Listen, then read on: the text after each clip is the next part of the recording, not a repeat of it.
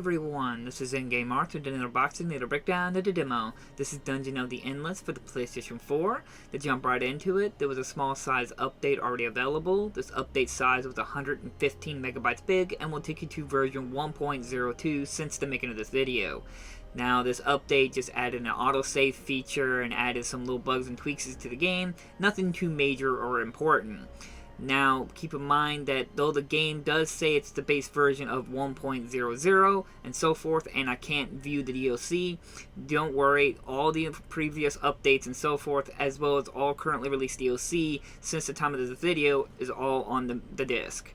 Sometimes publishers and developers, when they release a physical copy or release a Game of the Year or Complete Edition and so forth, they just start it as a new base version of the game, or see as a new version of the game. So it's going back to 1.00, or don't just tell you the DLC on the disc because it's already on the disc. I don't like when they do it, but some publishers and developers do that. So just don't worry, this does come with all previous released DLC and updates all on disc. If you want to know what that DLC is, the first one is Organic Matters, the second one is Death Gamble, the third one is Rescue Team, and the fourth one is Deep Freeze. Now, some of these DLCs were just free updates and some of them were paid for, but don't worry, like I said, they're all on the disc, so yay on that. So good, it's a complete version of the game other than that small size little update.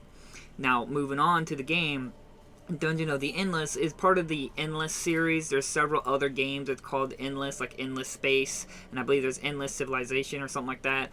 There's just a slew of Endless games. I do not know if this was one of the first ones, but to the game, it's kind of a tower defense dungeon explorer-ish style game. At the beginning of the game, your ship's being attacked, and then you have to eject out of your ship and land on an uncharted planet. Before the beginning of the game, you can get to choose what kind of pod you start with that crash lands, and the team you're working with to go into it. So you can decide who you want to go in onto this uncharted planet. And all the DLC characters, you'll be able to unlock extra characters later on in the game. As long as you progress and beat it, you can unlock more ships and so forth with different variation stats to the characters or the benefit of the game. And as I said, it's a tower defense, so every time you explore into a room, it's kind of considered as a turn, and every turn you get resources, and you can use that resources to build more factories, allow you to get more food, science, or industry, and each one has their benefits. Industry allows you to build more defense towers or industry plants. Science, you can kind of use that as money and so forth to work into research when you find a research stone. Food, you can use that for healing, recruiting newer NPCs, as well as leveling up your character. It's a slow progression of game, and every time you reach the end of it, you take your crystal that you use to power up the rooms and light up the rooms and so forth, and you take it to that elevator and you move on to the next floor. Now, all your bases and you've built and everything like that kind of just despawn, and then you have to restart a new area. So it's kind of like try to survive this area, move on to the next, and what little resources you've gathered, you'll be able to move on from there. And as I said, you'll come across NPCs and so forth, as well as merchants and some other hidden things you'll hear. It's a lot of RNG and so forth, like random dungeons and so forth. And to be honest with you, I think the game is neat in its premise and idea, but I ultimately could not get into it. I think what I was really hoping for was more of a dungeon crawler-esque style game, not so much leaning more to a tower defense aspects of the game, because I didn't really care for this aspect. I loved exploring the dungeon and so forth and finding newer characters and merchants and so forth, but the dungeon exploration and so forth, maybe it just wasn't really for me. Now, when I was looking into a little bit more about the game, I see a lot of people praising about its online feature, playing it with online, with friends and so forth, or a good team and so forth, and I can see how that could be really fun. Now, on the PS4 version, or any of the console version, I'm not entirely sure, just the PS4 version at least here, I don't think there's any online features or functions to the game, or at least I couldn't find one anywhere, or even in the back of the case says there's no online features. So I don't know if that was a feature that was removed for the console version, which that's kind of disappointing if you think about it, because that means that the console version is a more inferior version compared to the PC version, which has online gameplay, which some may not care about that, but that's still a missing feature for the console version. So I can see how this game could be really fun if you played online or so forth. You have one person controlling one character and another person person controlling another character, because it can be quite cumbersome to have to jump between the characters and so forth by just one controller and so forth.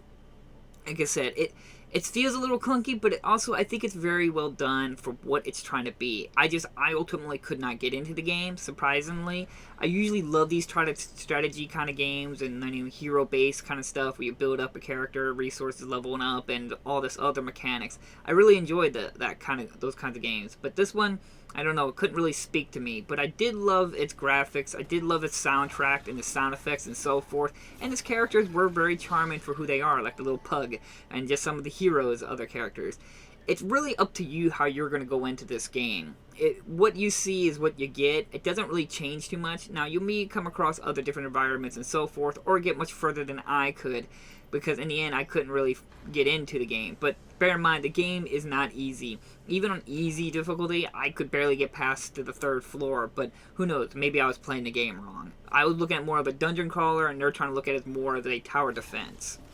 But one other big gripe I have about it, you have these towers you can put down and they can shoot at the enemy, but you can't really decide where these gun towers be placed. I guess that in the end it doesn't really matter, but to me I would have been like to be able to have a little bit more control of where I'm putting my gun towers in that room. As well as that, I noticed that you can't really control the characters. You just tell them what room to go into, and they go into that room and explore that room. I noticed that was a little sad. I guess it's just that user experience, noticing that I could not personally control that character.